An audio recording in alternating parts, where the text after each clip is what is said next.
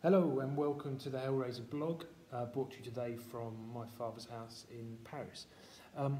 Right, the reason for a blog so soon after the last one is to recap on the Chris Eubank Jr. versus George Groves fight that we saw last night. The fight had a lot of interest in, I was very excited about it for different reasons, one of which, as you would have seen in the blogs last week, I felt it was a con job, you know, like a cash grab. They built Chris Jr. up, and now was the time that they're going to fill an arena and make a load of money with it. The thing is, I mean, I was excited for it, and the event was spectacular. I mean, I watched it on TV. The lighting, the big venue, the stars are all there. It looked exciting, but the actual fight itself, for me, was disappointing. Very disappointing. I mean, mainly, unfortunately for him, mainly because of Chris Eubank Jr. was so short of the skills and talent that he needed to compete on that level. I mean, you've got to, regardless of what your affiliations are, you've got to accept now, he's been stepped up twice, he's been comprehensively outboxed twice. The second fight he came into it, this supposed super engine that he's got a good engine. I don't think he's got a super engine, but Billy Joe Saunders, for me, blew out halfway through the fight, and that's why Chris Eubank Jr. was able to get all these, blistering bursts of punches off.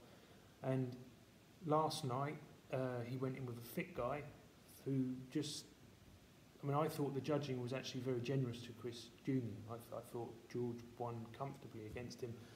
If they boxed 100 times, I actually think George would win 100 times. I didn't see any moment in the fight where I thought, oh, this is a seesaw battle, which leading up to the fight, they were sort of saying, oh, this is like the Nigel Benn, Chris Eubank of our era, or this is the Michael Watson, Nigel Benn, or Gerald McClellan, Nigel Benn. These were big fights that got the whole country gripped. But those fights, they went up and down. You didn't know which way it was going to go. It was one way, then the other. This wasn't. This was all one way from the start. I mean, George Groves his tactics were very good. He outboxed him at long range. As soon as Eubank came in, he grabbed him, he turned him, he went back to boxing him again, and won it very comfortably. For me, like I said, I thought he should have won more. I just found from Chris that if we'd have seen two world-class boxers, when Groves was winning those early rounds, we'd have seen Eubank engaging maybe a little bit more sophisticated tactics, like more feinting, looking more for angles. He's a strong guy, and when he actually did manage to get in close, Groves was tying him up straight away. But I would have hoped to see him work inside, get his hands free, and then let his shots go, and then maybe shift angle and go again. Instead of that, it was just repetitive. He bored his way in, got his ears boxed off on the way there. Groves would then shift and they'd go again, and it was pretty much one-way traffic. I guess you could take quite a positive in that Eubank was he was definitely very brave. He showed a lot of willpower and a lot of strength in there, but that's not enough at that level. And you go back to another fight like that, I think you're going to find the same thing happens again, because it's not heart and determination that's lacking, but heart and determination is something that you can inspire in someone, but actual boxing skills is something that has to be learnt over a long period of time and has to be taught by someone that is able to communicate those messages to the boxer. And I think Chris Eubank Sr. is a good coach. I've seen him work in America. I was with him, and I think he has done very well for his son. Really built him up and got him to a point where he could earn a lot of money. But I don't actually, me personally, I don't think any coach can take that fighter to that level. That's the truth of it. And that's how I see it. But I think from a management point of view, to now sell Eubank Jr., you have to come with a different angle, because people aren't going to buy it again. They're not going to just start, oh right, he got found out twice, but the third time he was suddenly magically sort of, won't happen. People won't buy it. Financially, it won't be viable. If they went and said, oh, now he's changed trainer, now he's changed this, we found out he was allergic to this, or whatever story they come out with, you might then get a third crack at the whip. But I think a lot of people expected a lot more from Eubank. I'm not one of them, because I've already seen that he has shortcomings. I've seen his limitations. He's a lovely guy. I really like him. He's a very polite, very professional sort of attitude. I like him, but is he a world-class fighter? I don't think that he is. I think he's a good national level guy. He's above area level. But you know, they're trying to sell to you know, major TV stations that has to be top of the range, and I just don't think that he is there, unfortunately. And Eubank Senior is getting a lot of stick, even though he's actually done a good job for the guy. You know, you take a guy who's maybe like a 5 out of 10 and you present him to the world as a 9.5 out of 10, and you get away with it for so long.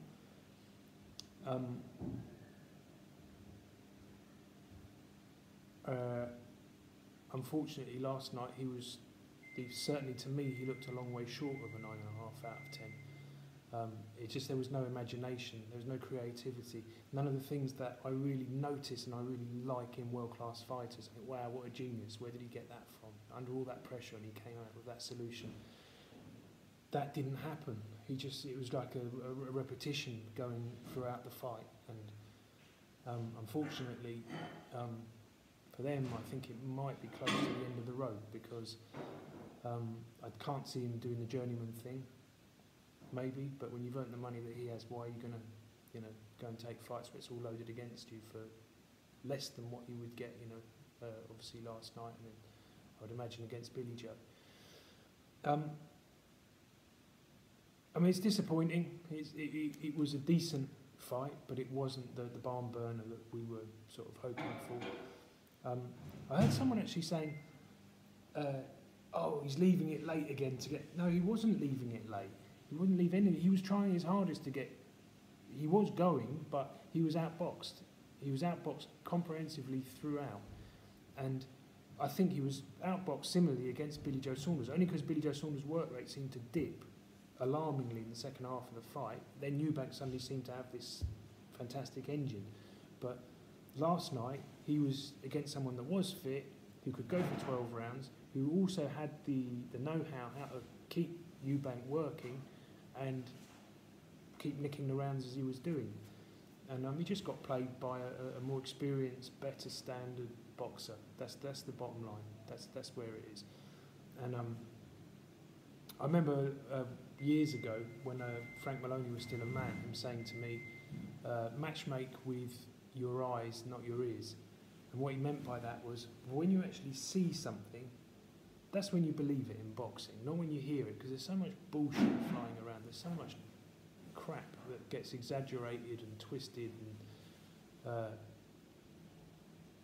you can't trust it unless you see it with your eyes. When you see it, then, and this thing with Chris Eubank, it was all talk. It was all talk. And I mean, working in boxing, you start to notice the PR strategies, the social media techniques that can be used, you know, like sparring sessions with guys that are far lesser standard, and it can look amazing. And to me, what happens in the gym should stay in the gym, but you can't fault him, because the guy's just gone and earned a huge sum of money, and he's done it that way. So you can't completely fault him for that, I don't think. I think you've got to say, okay, well, fair play to the guy. He did what he had to do to make his money. But the truth remains, right, the underlying factors. He didn't have the movement, he didn't have the variety, or he didn't have the skills to cope with Groves' variety, or Groves' movement even. So he needs to improve that dramatically. I'm not sure that he can, we'll see. I mean, you know, the fight with Yildirim to me was a perfect marketing tool for this fight that happened yesterday, so they could earn the money. So I think really people criticising Eubank Senior, I think they've got to look at how he's being built and how he's being progressed. And for me, he wasn't that Premier League. He's like a Vauxhall Conference or maybe a Division 3 guy. I never bought into this. He's going to be like a Mayweather, a British Mayweather at all. I mean, I laughed at it. But a lot of people did, and that's what they done. I mean, my highlight of the night was Nassim Hamed. I mean, when the ITV presenter, the other one, there was Duke McKenzie, there was another guy that I don't know who was presenting for ITV. They were maybe under its instruction or not, I don't know. They seemed like they were desperately clawing at any angle they could to sort of salvage Eubank Jr. I think the presenter said something like, could this be the defeat that that is the making of him? A bit like Lennox Lewis against Oliver McCall. But Lennox Lewis was a much better fighter than Oliver McCall for me, technically. He was a much better fighter. He got hit with a freak shot, and he was just very unlucky. That's heavyweight boxing. Eubank was not hit with a freak shot. He was comprehensively outboxed, outsmarted, basically played with throughout the fight. And the bit that I liked is Nassim Hamed just was not having any of this script at all. He was like, he didn't say he was rubbish, he just went, no, this guy's not world class, that's why he can't get there, because he's not good enough. And suddenly, you know, and it made me think, like, you know, maybe that was their honest opinion, but it felt to me like if like a cynic would say, these guys have been told to bluff because they know the casuals that are watching will go, oh, right, yeah, that's true, Lennox did get beaten, then he did come back much better. Well, Lennox was very good in the first place, and I think what he learned from the Oliver McCall fight was to focus. But teaching someone that can box like Lennox Lewis can box to focus is a lot easier than teaching someone that can focus to box like Lennox Lewis. You know, that's incredibly difficult. And if that was easy, they'd all be doing it. You know, I mean, that's garbage. So the outcome, I think, Chris Eubank Jr., for all his good points, he now has to learn to fight at world level, and that's not an easy.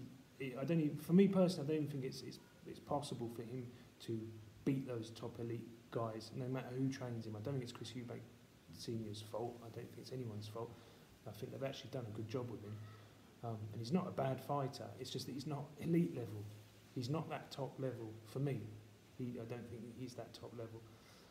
He showed a lot of admirable qualities in defeat, so I would say that there possibly is a way back for him. I mean, he had a terrible cut last night, which would have definitely hampered his vision, but he was a beaten man with a cut or without a cut. It made no difference.